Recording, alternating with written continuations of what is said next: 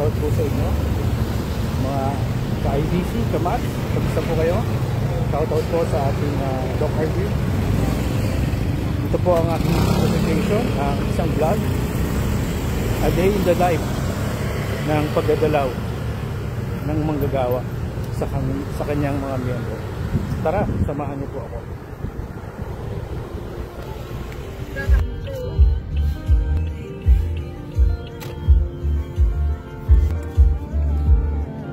Magandang araw po mga kapatid.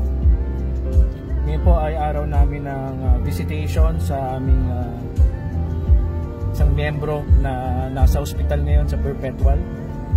At isang kapatid po namin na galing po siya ng ospital at siya po ay nagpapagaling. Ito po ang aming a day in the life ng isang manggagawa kasama ang kanyang wifey o may bahay. Tara, samahan niyo po kami.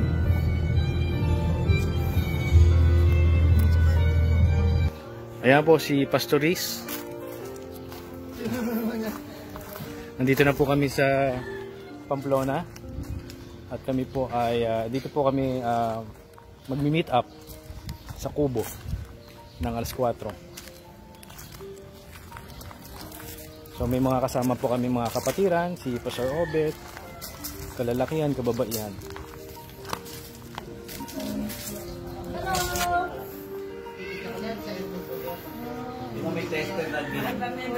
Ayan po ang ayan po ang mga visitation team. Kanina, excited ako, hindi ako mapakakinig. Ayan, hinihintay po namin yung iba namin kasama namin si Jack Cheryl. Shout out Jack Cheryl. Okay. Ako hindi ko mapapasa yung damo sa screen. Hindi ko alerto si Kuya Jom kasi nasanay ako. Habang nakitay po kami, nagchichikahan muna. Visitation team. Very good ka, kumakanta ka. Alam mo online, Brad? Acapella ka. Ayan, dumating na po sila Ate Aileen, si Pastor Robert. Are we going? Si Rachel na lang. Ay, dito na daw po siya sa Perpetual. Saan ba tayo mauna? At saka si Ate Glo. Kay Ate Annie. Kay Ani muna tayo. Bago kila Kuya Mark. Alam ni Kuya Mark na. Apo, na-chat ko na po sila pareho. Halika na. O, tara na po. Salamat. Yan. We're going na po sa aming a day in the life ng visitation po ng mga magagawa at mga kapatiran po sa Pamplona Yemilip Church. Kasama po ang kalalakihan ko. Ayan, ayan, kasama po ang Vice Chairman po. Ayan, shout out. Bibisitahin po namin yung aming kapatiran na nakakonfine sa Perpetual, si Aning Manapat. Nakasira lang po. Ayun mga kapatid, kami po ay lalarga na. Ano po kami sa Perpetual. Alis na po kami ng Pamplona. Ayan.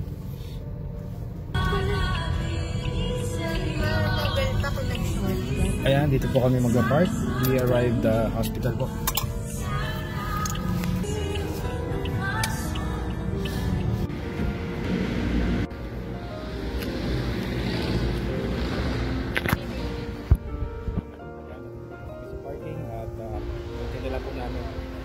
Settle down sa parking ng mga kasama po namin.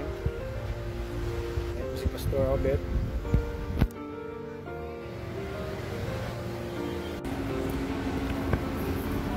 Ayan, kailangan daw po namin mag-mass. Naka-enjoy.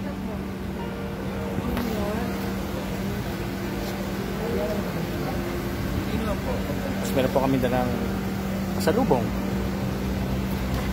Pastor Obet, ang kanyang pasalubong ay prayers. Together with my wife. Second floor yata, ano?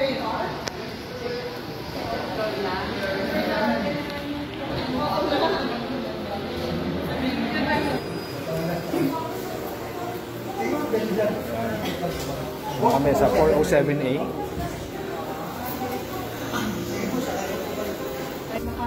Naiwan tayo.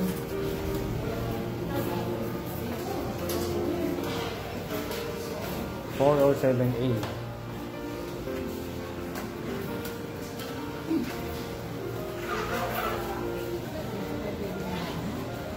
Yan na po ang 407A. Si Ate Manapat po yung aming bibisitahin.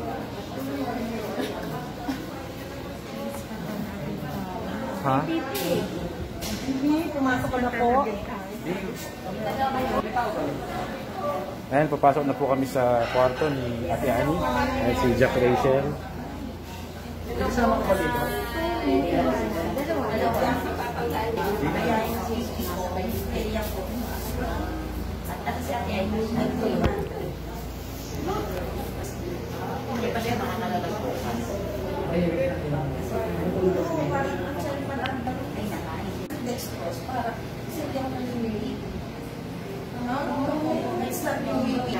Tunay kang matapat. First time sa Kami po ay magkakantahan muna sa seminaryo.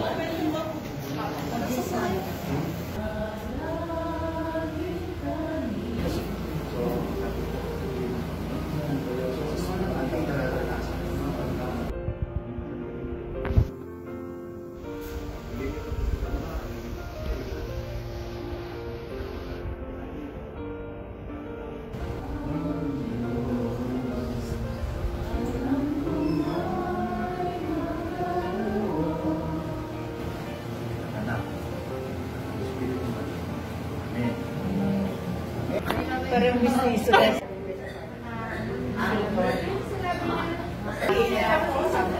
Ayan, tapos na po kami mag-bisita sa aming unang dinalaw, si Ate Anis. Ayan.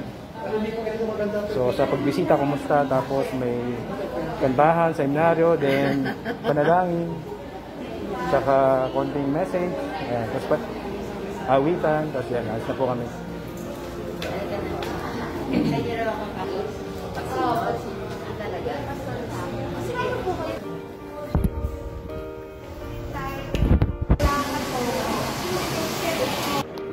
Ayan, so tapos na po kami sa unang naming bisita dito sa Perpetual. Ayan. So, ang susunod po namin dadalawin sa yung visitation namin ay dun sa bahay po ng kapatid na Evelyn Lorena. Ayan. Asawa po siya ni Predicador Mark Lorena. Alam po kagagaling na dito sa ospital, nakauwi na.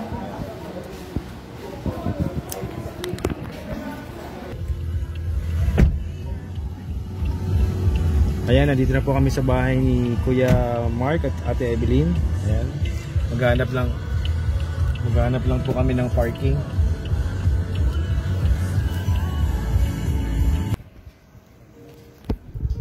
Ayan, nandito na po kami sa bahay ni Ate Evelyn. Kasama ko po ang Predicador John Bulkerin. Ayan, shout out. Ang next pinag-bisitahin namin si Ate Evelyn. Yan po si Predicador Mark Lorena. Vlog.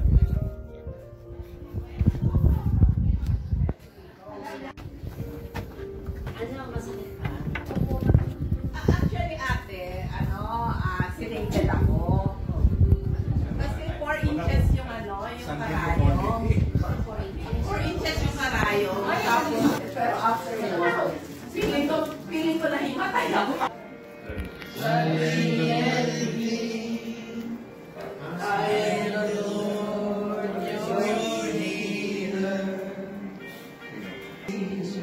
Nagpapasalamat po kami, aming Diyos na makapagiging sa lahat, sa patuloy po ninyong pagkakaroon ng kagalingan sa aming atin. Salamat po sa ay nangako. Pero sa kanya pangako, laging may bahagi na tinuturuan niya tayo makantay. I-wait. Ang ating wish para kay Ate Evelyn. Ang ating Magtapat hanggang wakas. Opo, Panginoon, salamat po sa inyong katapatan sa amin. Salamat po namin at ramdam po namin yan, Panginoon, sa amin bilang isa. Taas po natin.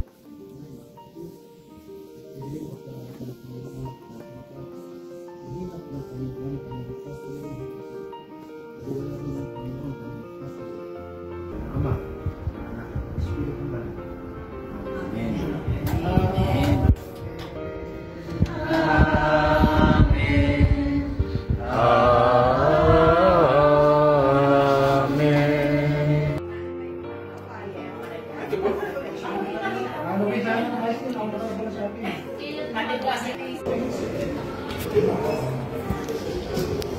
Ayan mga kapatid, kami po ay nasa pagdadalaw.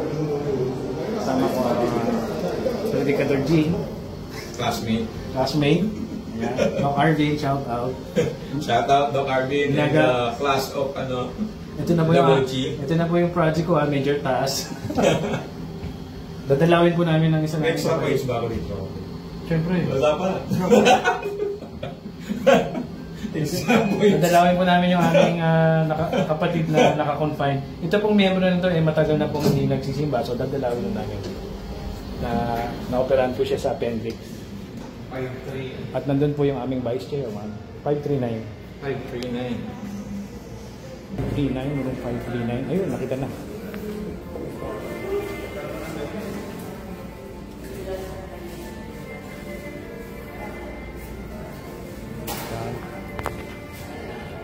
Hello! Ayun na, natutulog pa oh. Umutot ka na?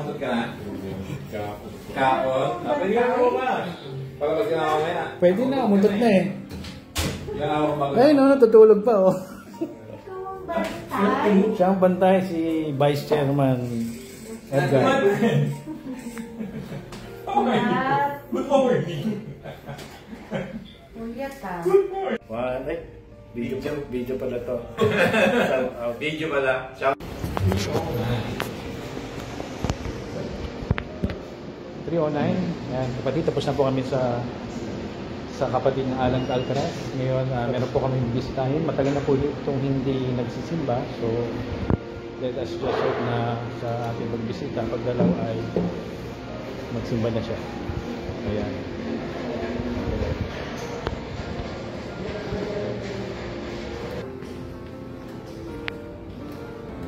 Brad, ito eskwela namin ito dati. Ito. Pero 4th floor kami yung kwarto namin. Dating ano ito eh, classroom.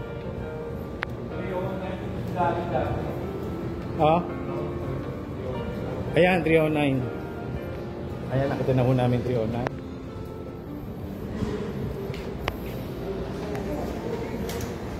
At dalaw Lord sa aking mga pamilya Lord na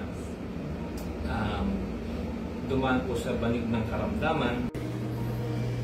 Ayan po mga kapatid, na tapos na po namin ang aming pagdadalaw, a day in the life ng pagdadalaw sa iglesia po ng Pamplona, kasama po sa mission team. Yan. Ito po ang mission team namin, ang aking may bahay, Ate Joy, si Predicador G. Ayan, kami po ay pauwi na. At sana po ay gumaling ang aming dinalaw. Kaya mga kapatid, maraming salamat sa inyong pagsama sa amin pagdadalaw. God bless, bye-bye.